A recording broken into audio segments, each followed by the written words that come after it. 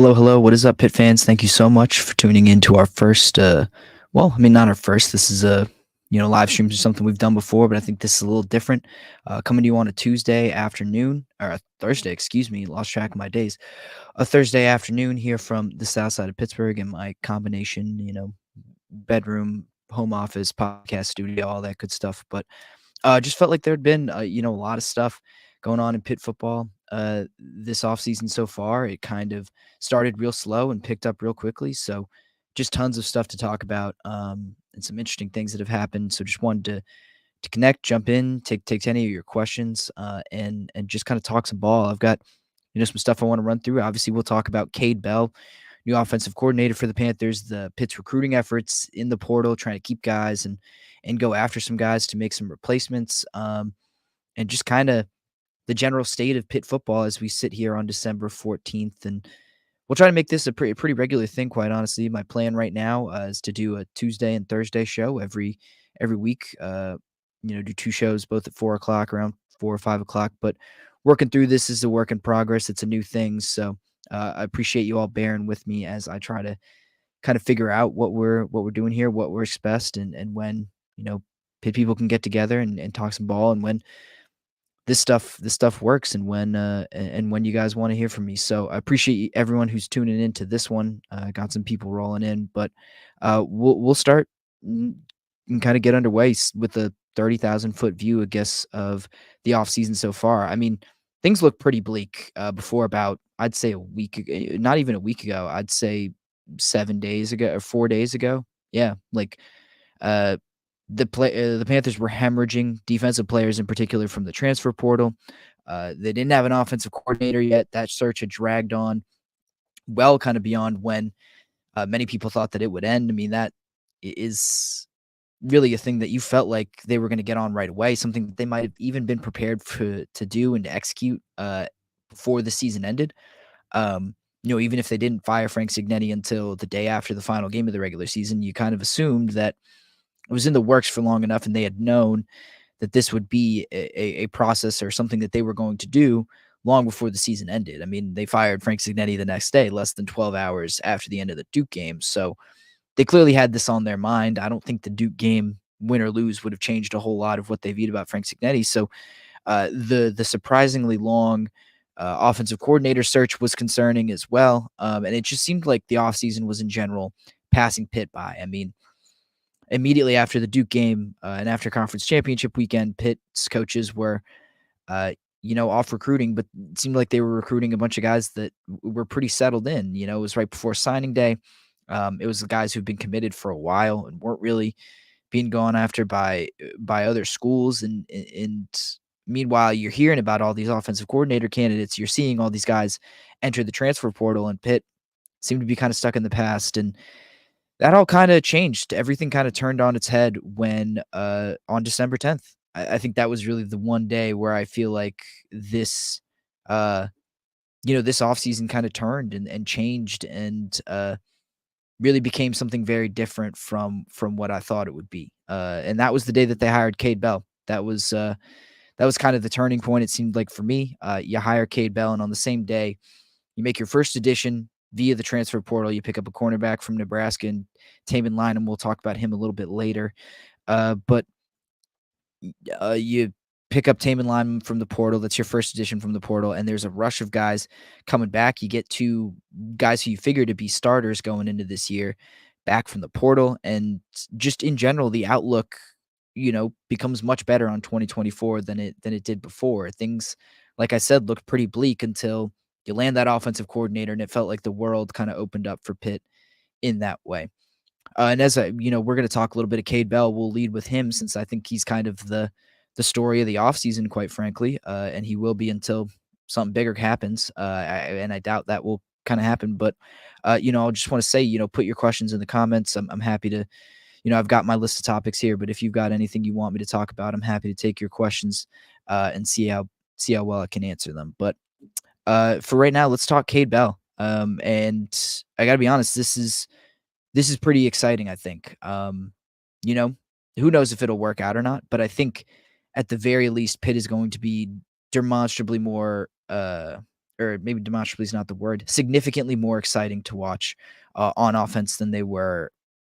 I mean, for any year outside of 2016 and 2021. I think who knows if the points will actually come? Who knows if the scheme is ready to make the jump from Western Carolina and FCS school, which is where Cade Bell is coming from, to the FBS level and to the ACC to the Power Five. But I mean, I think just the concepts alone, and we'll talk about those in a minute, are really exciting. And this is just an exciting moment for this offense and for Pitt football because, as we'll touch on a little bit later, this is a real departure from Pat Narduzzi's kind of history. His history of offensive coordinator hirings, his history of coaching hirings just in general, and it kind of goes against his general philosophy. It seemed like, I mean, we've spent every year since 2021.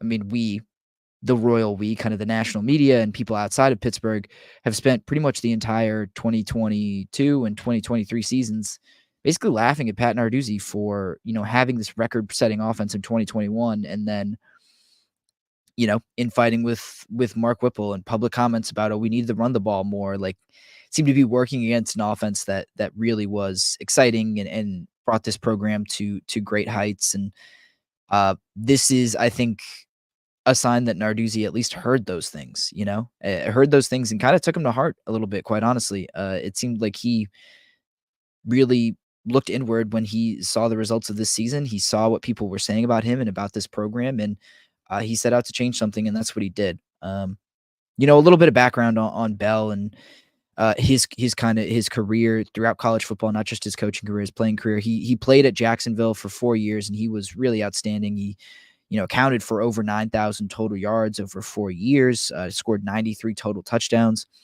over those 4 years as well. He was a good player, but kind of knew he was not necessarily NFL caliber. I mean, he's said that himself. His dad has said that. There's good reporting from the Pittsburgh Post-Gazette. Noah Hiles and did a good profile on Bell after he got hired. It came out today. I read it. It's very good. I would recommend it.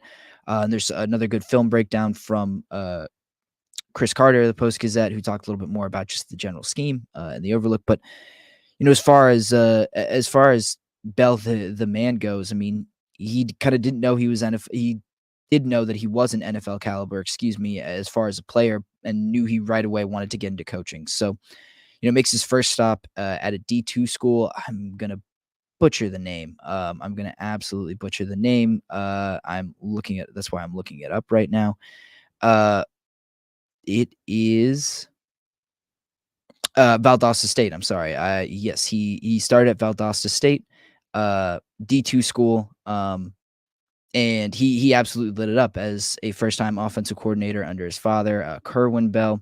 Pull up his stats here. I mean, in 2018, that was kind of his lone season as an offensive coordinator. He has a pretty fast-moving coaching career, but they averaged 52 points per game, which is absolutely absurd. I mean, I'm sure that's not going to be what the totals look like this year at Pitt, but I mean, 52 points per game at any level of football is pretty unheard of.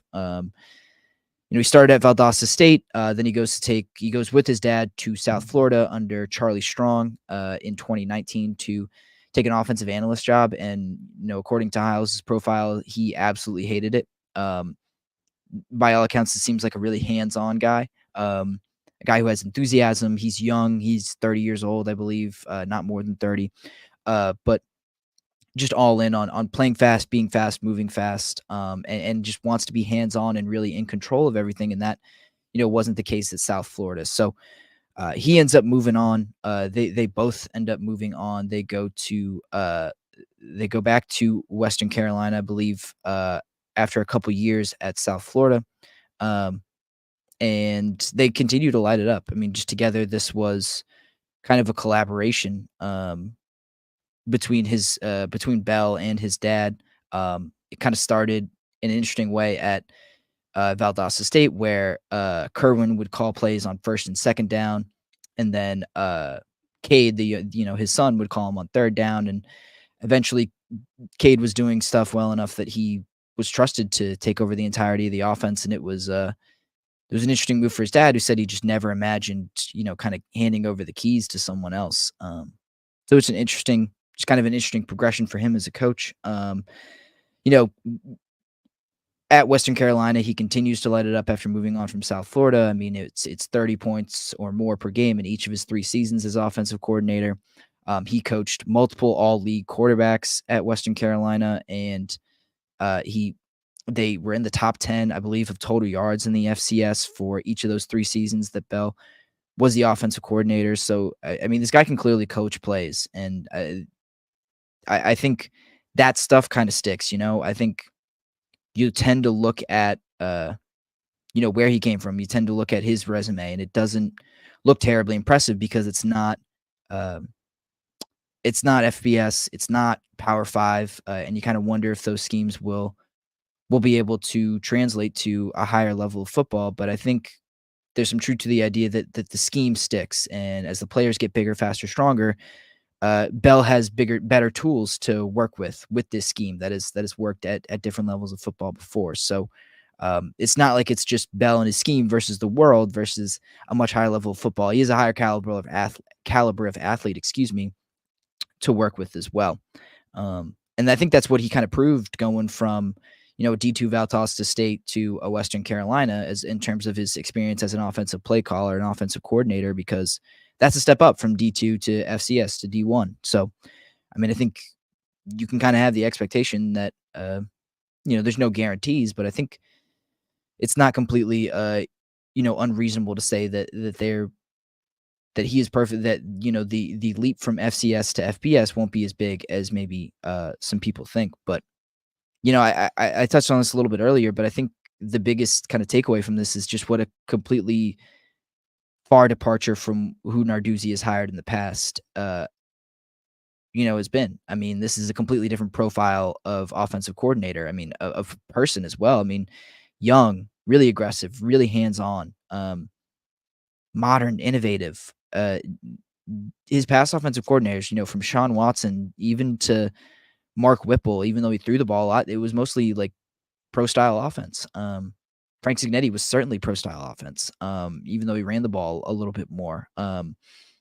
Sean Watson, Matt Canada. Matt Canada was even, I mean, he loved the pre snap motion, he loved the shovel pass and everything, but wasn't particularly exotic play calls per se. It was, it was still pro style stuff, and this is pretty different. This is moving quickly. This is using tempo. This is, I think, more forcing a defense to react to what the offense does, than kind of vice versa, which I think is a philosophy that Pitt had in the past under Frank Signetti. Was, we're going to read the defense, we're going to see what the defense wants to do, and we are going to try to scheme around that. We are going to make our quarterbacks and our players make decisions on the field when they see a certain defense and react to them and make plays off of that. I think this offense under Bell is going to be a lot more dictating where the ball goes, you know, telling their quarterbacks, here are the decisions that you have to make if a defense does this, that, and the other. I think it's forcing defenses to make choices instead of forcing the offense to make choices. If that makes any sense. I mean, it's giving a quarterback a variety of options and saying to the defense that you have to pick something to cover. You have to pick something to pay attention to. You have to pick something to line up against and really, really focus on. And if you take that, then we are going to take that. I have an array of things that I can do, and I know that, based on what you choose. So as soon as you choose what you choose, I'm going to go this other direction. You see that in the way they run their zone plays, as far as, running the football. They make their running backs make a ton of choices, off of those zone reads. Appreciate it. All Cardinals. That's our boy Donnie Druin. Good to see you, man. Appreciate it. Love seeing him when he was in Pittsburgh for the Cardinals Steelers game. So miss that guy a lot. Love Donnie.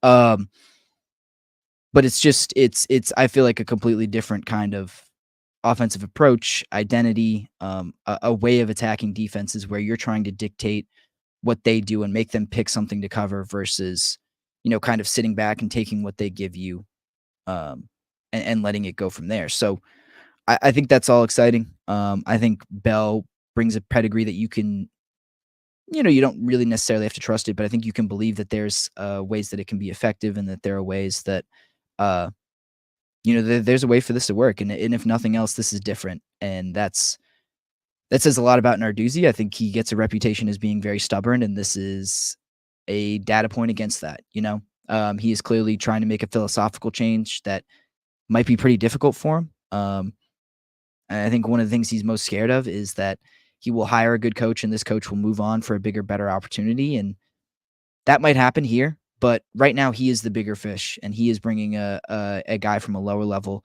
up to the FBS level, and taking a risk a little bit. And I think that's something that Pitt fans should be happy to see from a guy that has played things so close to the vest and played things so safe for the vast majority of his tenure, and especially these past 2 years.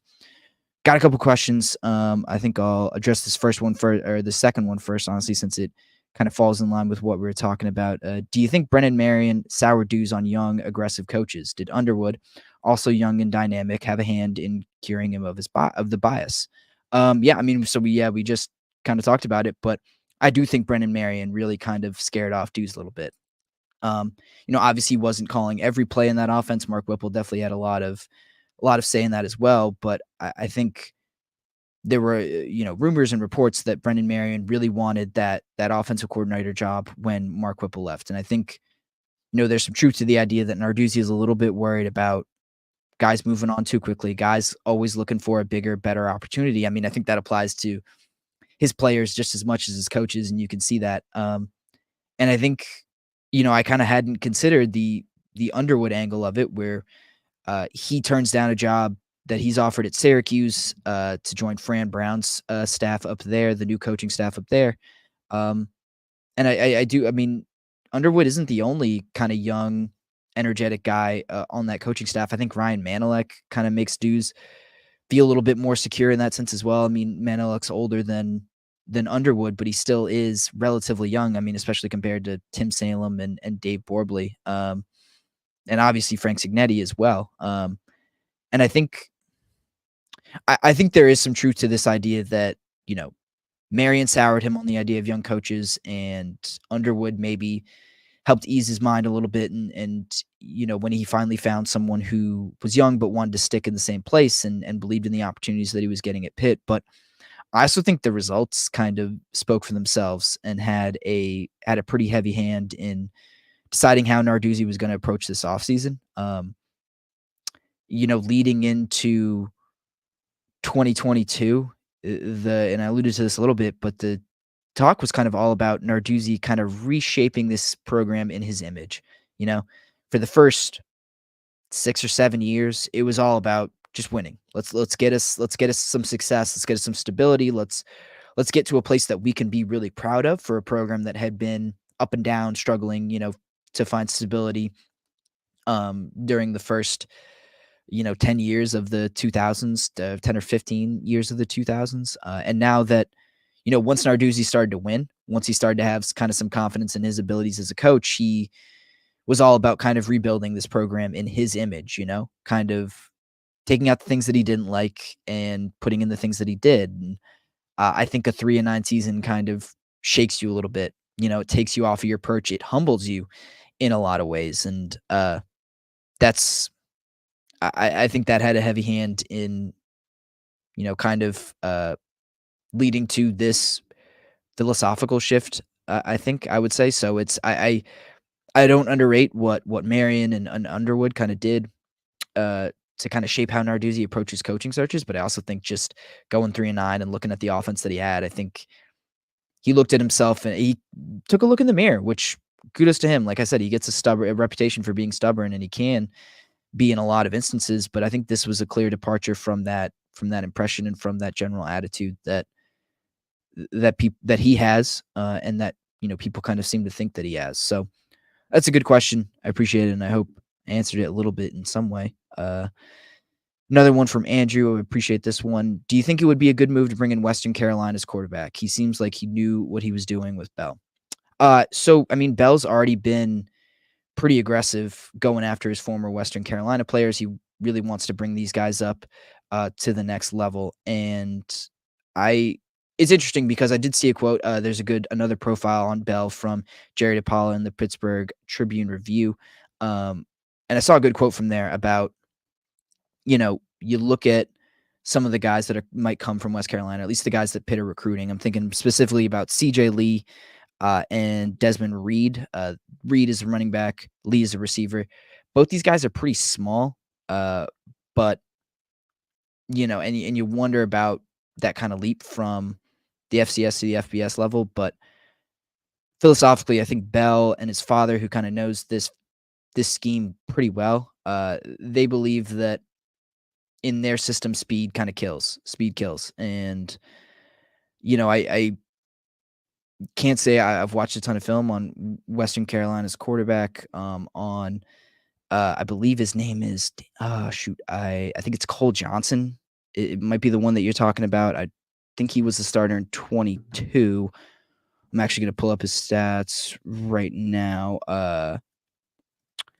But I think that there is a lot of talent on that Western Carolina team that can be of a great use to Pitt. You know, I I think that this scheme is really going to play less to power, and it's going to play more to speed. So I think that kind of lends itself to maybe being a better fit for guys trying to make that jump from Western Carolina up to Pitt. That said, I mean, you've got two starters already, two guys who have started games for you. I know uh Nate Yarnell and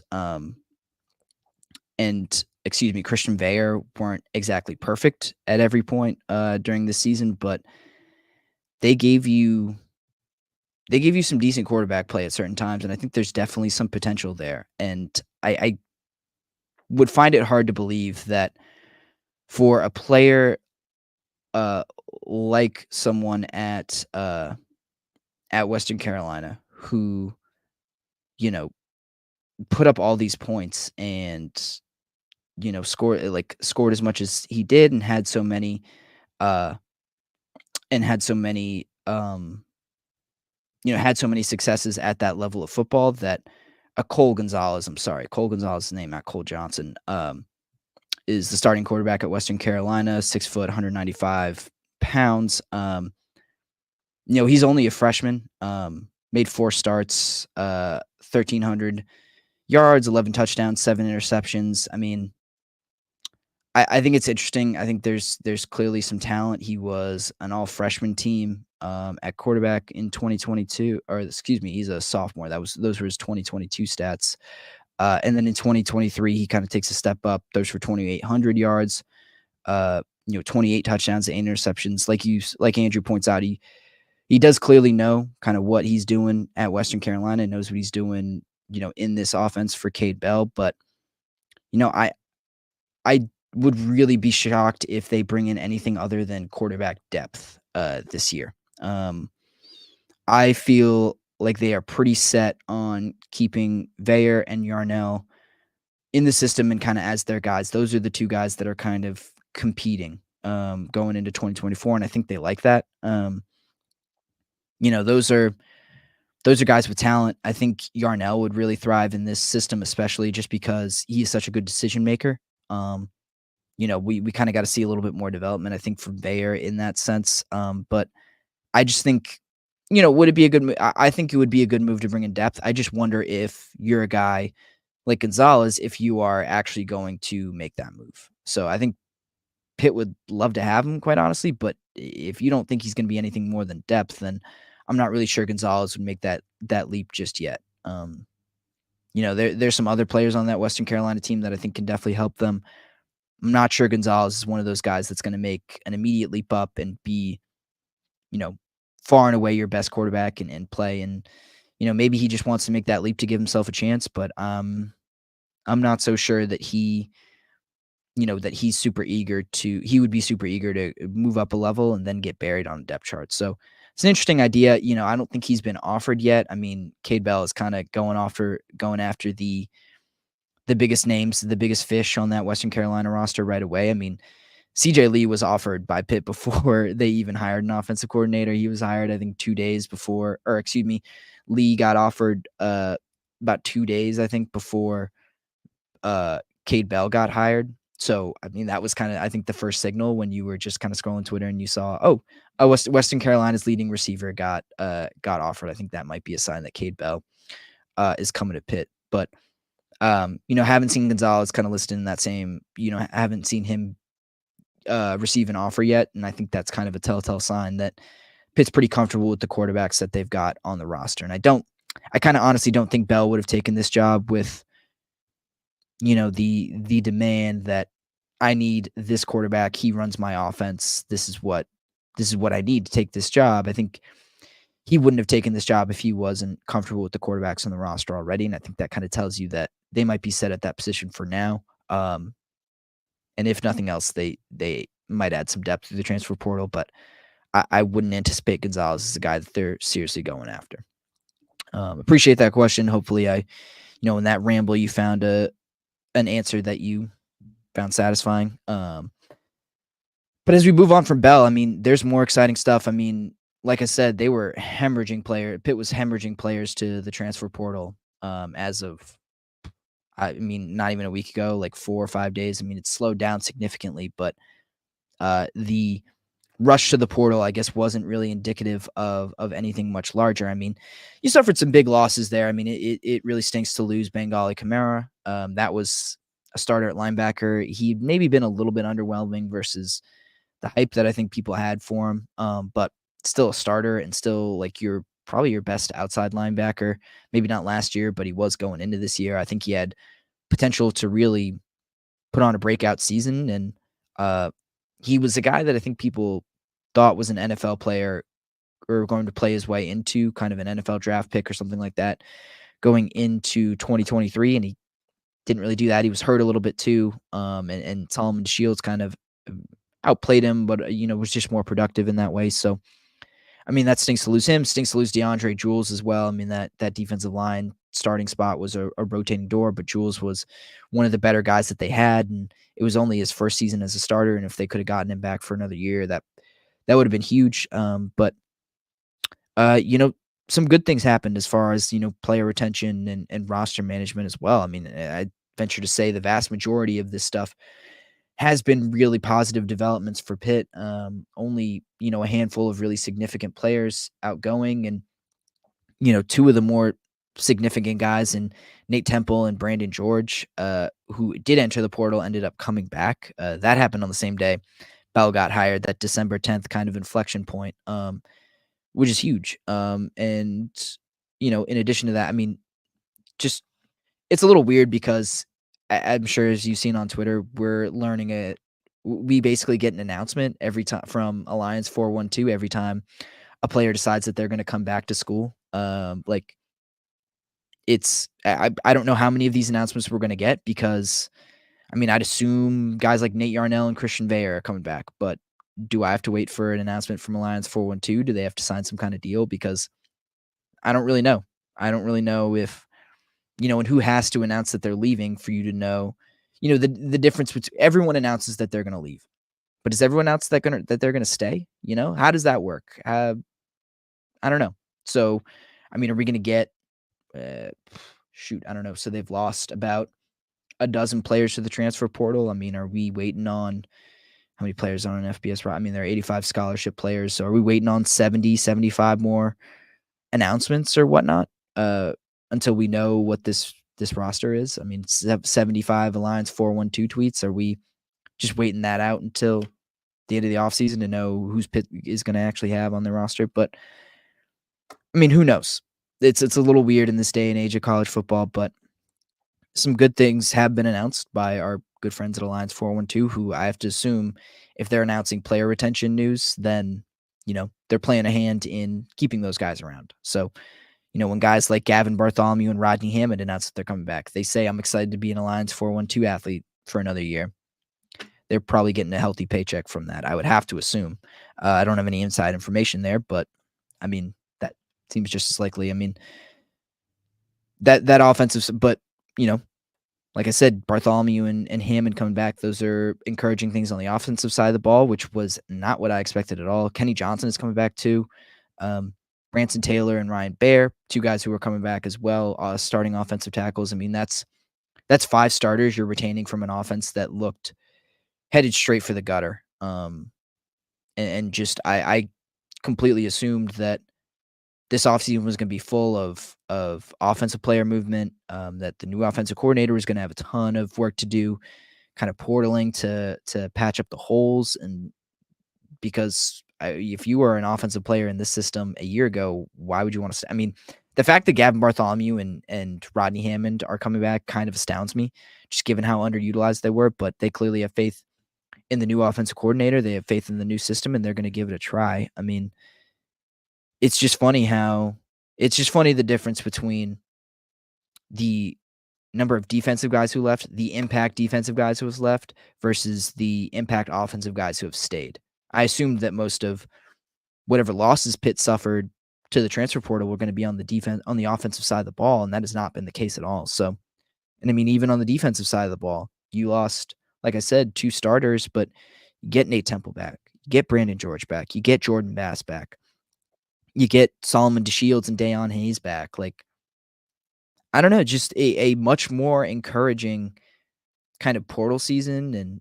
And as far as like player retention goes, player losses and retention goes, not even getting into additions yet, but you've got the makings of a really solid bones, and a really solid kind of framework of this team going into 2024. I mentioned the offensive guys. I mean, you're going to have, I mean, like I said, I guess we're waiting on Konate Mumfield and Dejon Reynolds to both announce that they have returned as well, or that they're returning as well. But I have to assume those guys are coming back as well. So I think you get three starting receivers back, you get a starting running back back, you get a starting tight end back.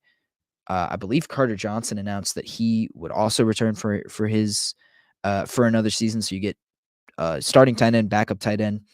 You get 4/5 of your offensive line back, between the two starting tackles, Baer and Taylor.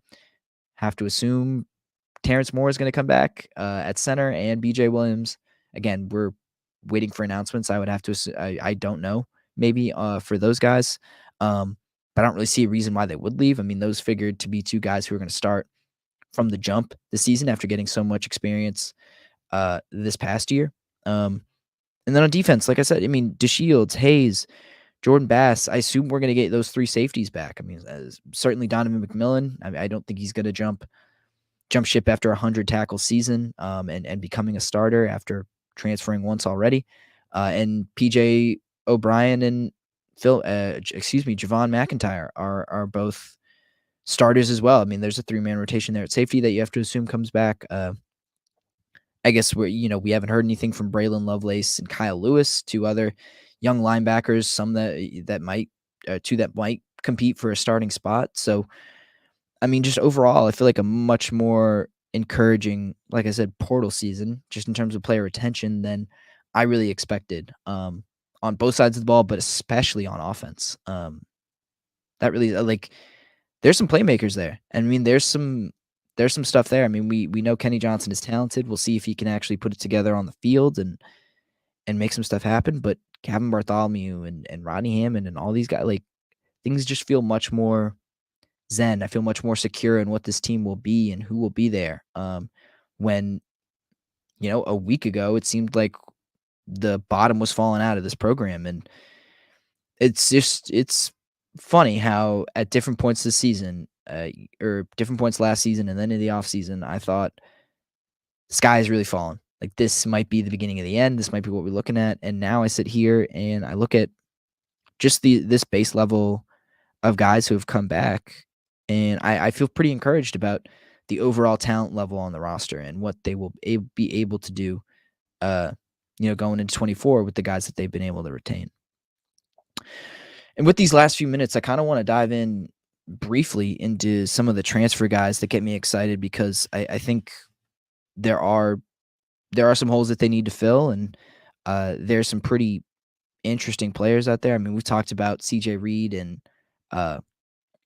CJ Lee and Desmond Reed from Western Carolina, two kind of explosive athletes, quick twitch, speed, kind of obviously fit into what Cade Bell was doing on offense at Western Carolina. Those are two guys that I think Pitt should absolutely do their best to get if they can. I mean, those, excuse me, are guys who are familiar with the offense uh, and just seem like explosive athletes that would fit right in if they were to if they were to come to Pitt. But I think Mikhail Kamara. I think I'm pronouncing that right. Michael, it might be Michael Mikhail Kamara, Mikail Kamara, just like Bengali. I don't know. I don't think there's any relation. Defensive lineman from James Madison. This is one that I'm actually pretty excited about, and I think it's one that they could really use. A really, really disruptive player. He has some injury history, but I believe double-digit tackles for loss, more than 5 sacks, and his kind of first full season of college football. Like I said, that injury history really limited him.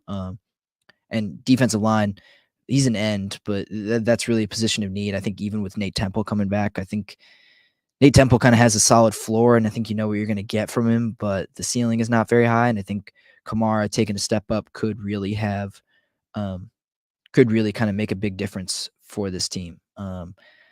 I think Sam Brumfield from Middle Tennessee is a linebacker. I think they do need a linebacker. That seems like one of the bigger positions of need that they have. That's a name to watch as well. Another linebacker, Macklin Ayers from Dartmouth, another just like Brumfield, just super productive over a long time and had been a starter, albeit at a lower level. But I think those guys can play, and I think they give you really solid floor players who could be a little bit of a Kylan Johnson and maybe less of a Kylan Johnson, but more of like a Tyler Wiltz, a guy who's starting caliber and gives you just a really solid floor. And I think that's kind of what you need at linebacker right now, just because of the losses that you take in there, how young you are. I think you've got some playmakers, but between George, who I think can rush the passer really well, play really well around the line of scrimmage, same for Solomon Shields, but I think you need something steady as well. Someone who can pass cover and as a solid tackler, things like that. And I think Brumfield and Ayers can be that, could be those guys for a team like Pitt. Upton Stout is so Pitt. Let me backtrack a little bit. Pitt has already made one addition through the transfer portal. We mentioned him, Taman Lynham, cornerback from Nebraska. I think a really good pickup at a position of need. It seemed like a guy who was primed for a breakout season, maybe buried on the depth chart a little bit, but had a good year in 2023 with Pitt. Bunch of passes defended, solid tackler, real long arms, which I like a lot. And cornerback's a big position of need, just with MJ Devonshire kind of making his announcement official that he would go to the NFL draft. Marquez Williams and AJ Woods, your other two starting corners, made those announcements a while ago. Pitt really needs DBs badly. Lynham's a good start. You probably need one more. I like Ryland Gandy. I think he has some potential, but I think you need some experience there as well. And, counting on Gandy to really be a star and be able to step up right away is a little bit of a dubious proposition. So Lynham's a good start. He does get me excited, but I think Upton Stout, Western Kentucky, a star, really just a multi-year starter, incredibly productive. This is a guy who is going to get offers from all over the Power Five, but he's kind of a wish list guy. He's a wish list guy. He can really cover. He can deflect passes. Guys have tried to challenge him, but he's more than comfortable kind of stepping up to that challenge. I think has a great kind of DB's mentality of just winning every rep, staying focused, and like kind of keeping his energy up through every play, because he would get attacked and he knows it. And I think he's been a stud, and he's in each of his years at Western Kentucky, and he's kind of a wish list guy for me, just as far as filling that last cornerback spot. As far as his offense, like I mentioned, Reed and Lee from Western Kentucky, but John Carlos Miller, tight end from a tight end from Elon, an all Colonial Athletic Association. I believe that's the conference that Elon plays in, but he was an all conference selection right away in his freshman season. Um, I love him as an athlete. I think he can be really dynamic in the passing game. And I think, fingers crossed, this kind of becomes an offense that can utilize its playmakers a little bit better. And I think you'll see Gavin Bartholomew move on to the NFL, and I think Miller could really provide some excellent upside as kind of a future option and a guy that you can develop and use as a real downfield passing threat because he caught a bunch of touchdowns in his career at Elon on his way to kind of all conference honors, last season. So um, could be a depth guy for now and then something bigger moving forward. Another guy, and I'm looking up his name, kind of along those DB lines, just someone who could really fill a really important position of need right now is Trickweze. Trickweze. I'm gonna go Trickwez Bridges, former DB from Oregon. Not necessarily bad. Like he kept up his production for all of his time at Oregon, but it seems like got pushed out by some younger players. At least that's what I read when he got first offered by Pitt. This is a guy who has winning experience. He's played in the Pac-12, which has a million great quarterbacks. So he's faced great competition, and his stats look good against that competition. And just a guy looking for a fresh start. Maybe he's flying underrated because of the way that he kind of took a step back out of the rotation at Oregon this past year. Definitely seems like a guy in Pitt's range. Another kind of moving over to the offensive side of the ball, I think Quentrell Harris from Kent State is a guy to look at. The guy that I think could be a good guy, a good player for Pitt. If you're looking for kind of one more receiver with Bub Means on his way out, maybe introduce some competition.